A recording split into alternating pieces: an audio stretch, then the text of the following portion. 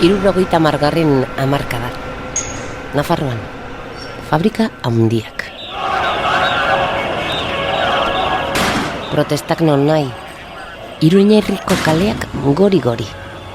Zientzia puntu-puntuan frankismoaren ondar urteetan Iruñerrian eman zen langile mugimenduari erreparatu nahi diogu.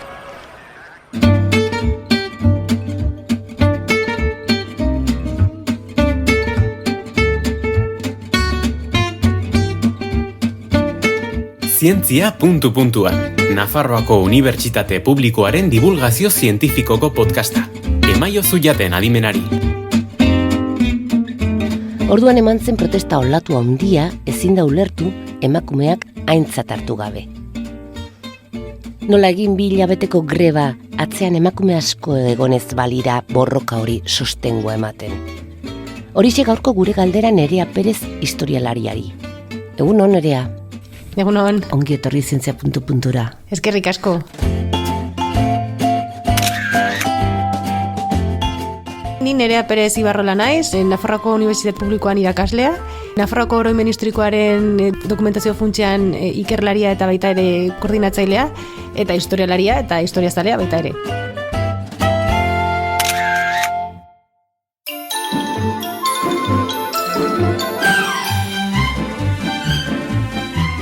Nafarroko industrializazioa berantiarra izan zen oso azkarra, eta metalaren sektorean oinarritua.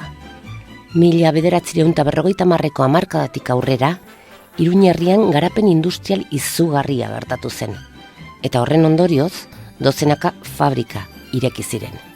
50. hamarkadan zehar, ezarri egiten dira gerora Nafarroan industrializazioaren eta baita ere langile borrokaren puntakoak edo referenteak izango diren fabrikak. 50. hamarkadan zehar, abian jartzen da lanbide heziketa programa bat, azken batean langileak eta langileak lanean formatzeko, ezta?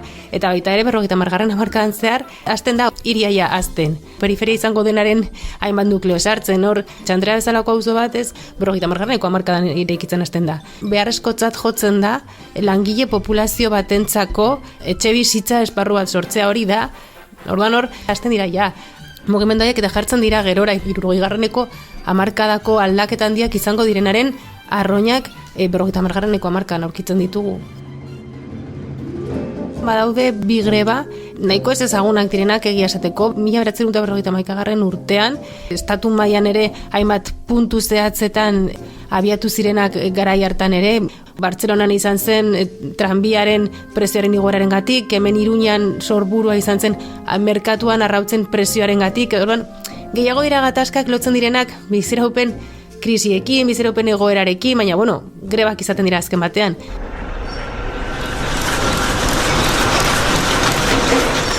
Menasa, Matesa, Industrias Esteban, Frenos Iruña, Magnetitas, ezagunak ezta, Motor Iberika, Norton, Motxoli, Pamplonika, Inkinasa. Fabrika berri hoiek izan ziren 60-70ko hamarkadetako lan gatazken agertoki nagusi.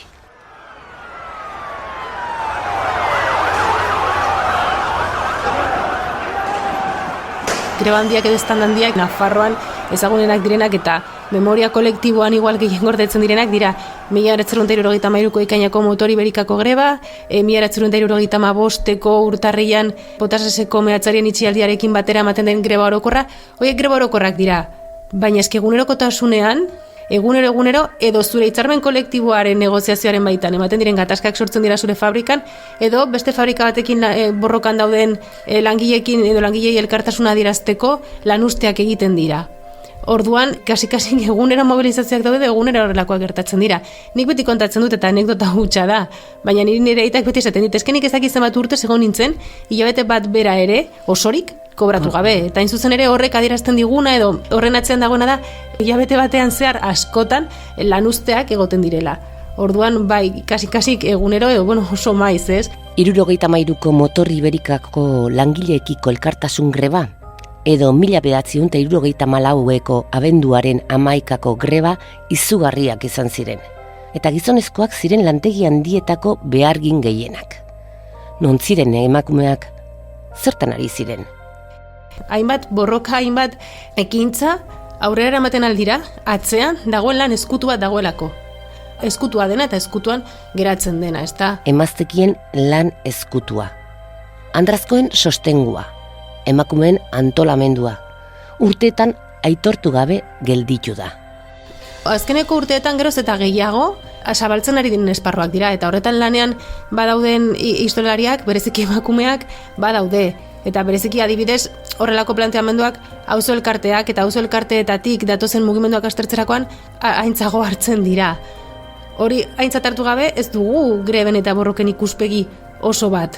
Eta ikuspegi oso hori lortzeko behar dugu atzeko parte hori ezagutu eta ikertu. Urte askotan ahantziak izan diren horiek, ikusi ahal izateko begirada aldatu behar da. Zergatik ematen diegu protagonismo gehiago parte hartzen modu batzuei besteak ere funtsezkoak badira.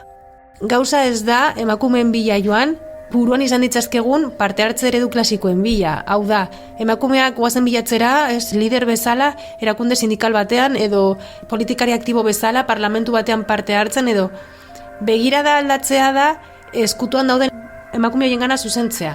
Eta euren errealitateetara eta euren ekarpenera ez zuzentzera, eta horiek azaleratzea. Orduan, nik ustut gehiago dela begirada aldatu, eta nik ustut aspalditik ja egiten ari den aldaketa bat dela, eta prozesu hori berezikinik ezagutzen dudanaren partetik, gizarte mugimenduetan parte hartze moldeak, esparruak inkluso, aldatu eta zabaldu. Guazen begiratzera, berdin zait, eskolaren atarian dauden emakumeen artean sortzen diren elkartrukeak, ideia trukeak, esperientzia trukeak aztertzera.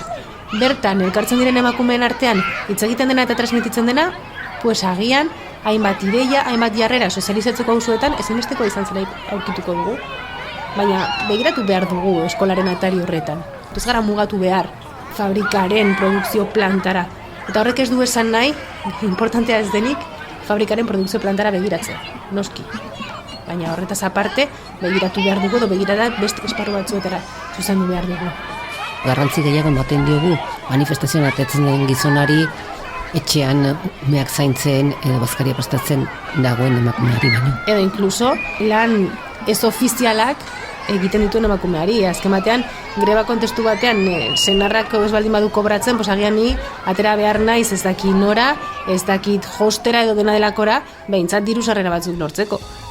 Edo bestelako bideak bilatu behar ditut familia mantentzeko. Nik neu mugitu behar naiz beharrezkoa dena egiten egoera hori mantentzeko. Bi borrokak beharrezkoak dira borroka bat egiteko.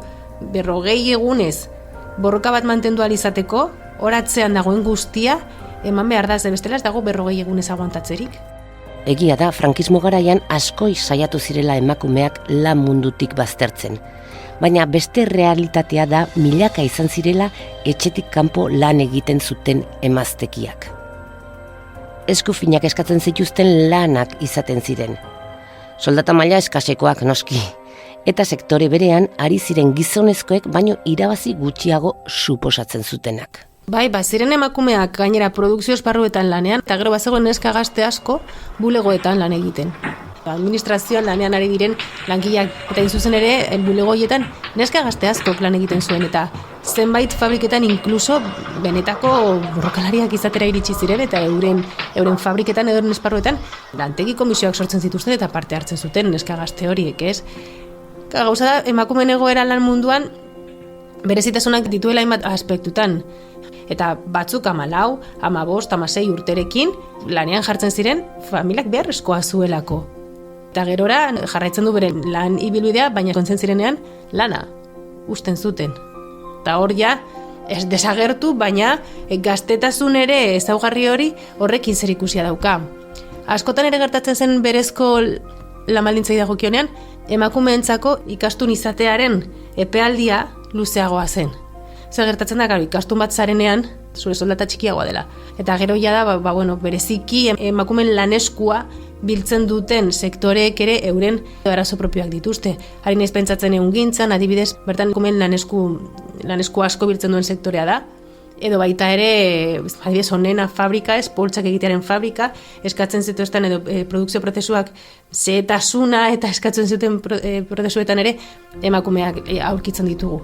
Eta bere dauetan, bai haiek egitituzten aldarrikapenak, sektore horiei lotutako aldarrikapenak egiten aurkitzen ditugu. Gaur egungo egoerarekin alderatu aldaitezke borroka horiek. Greba luzeak, gogorrak. Kontestua ez dauka zer ikusirik. Potasas batek biltzen zituen 1000 baino gehiago langile. Menasas batek beste horren beste. Orduan ez da berdina, lehen bizimodua modu batekoa zen, orain bizimodua beste batekoa da.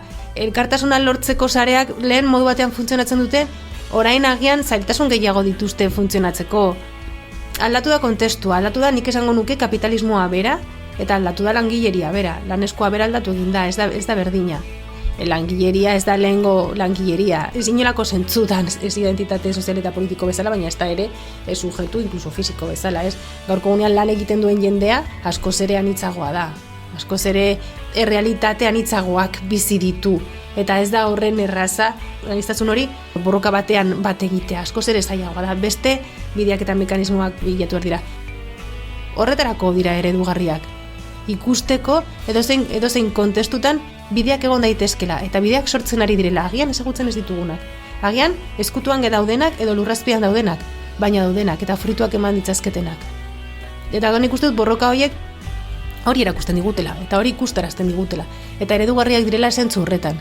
Ezin dugu gaurko egunean imaginatu motor iberikako greba bat non hiria edo Nafarroa osoa geldirik dagoen 5 egunez. Hori gaurko egunean ez da posible. Azkeneko 50 urteotan langileak asko aldatu dira. Lan moldeak ere bai, lan borrokak baita. Begirada aldatuzkero, alboetan zerbait gertatzen ari dela ikusiko dugu. Arropa saltoki handietan, zaintza lanetan ari direnen eskakizunak, beste batzuk, nekazal langileak.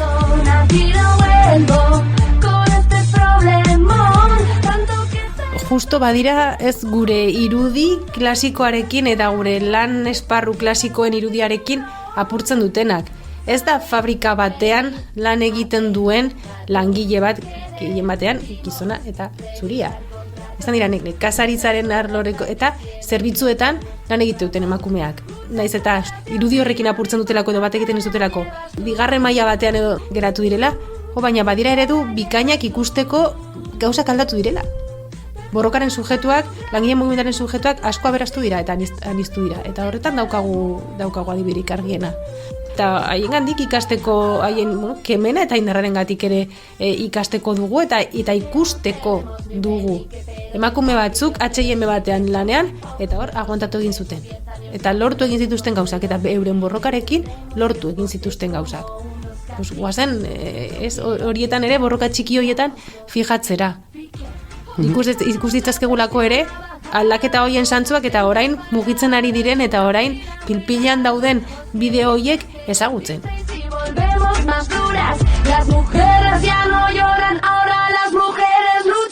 Begirada hartzetan pausatuz gero, gauza berriak ikusteko aukera izanen dugu. Nerea Perez Ibarrola eskerrik asko begirada aldatzen laguntzeagatik. Zientzia puntu-puntuan, 29. atala duzu hau. Izan untxa!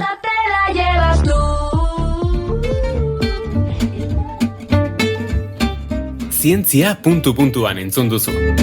Nafarroako Unibertsitate Publikoaren podcasta. Gozatu zientziaz. Laguntzaileak Nafarroko Gobernua eta Zientziarako eta Teknologiarako Espainiako Fundazioa. Zientziaren eta Berrikuntzaren Ministerioa.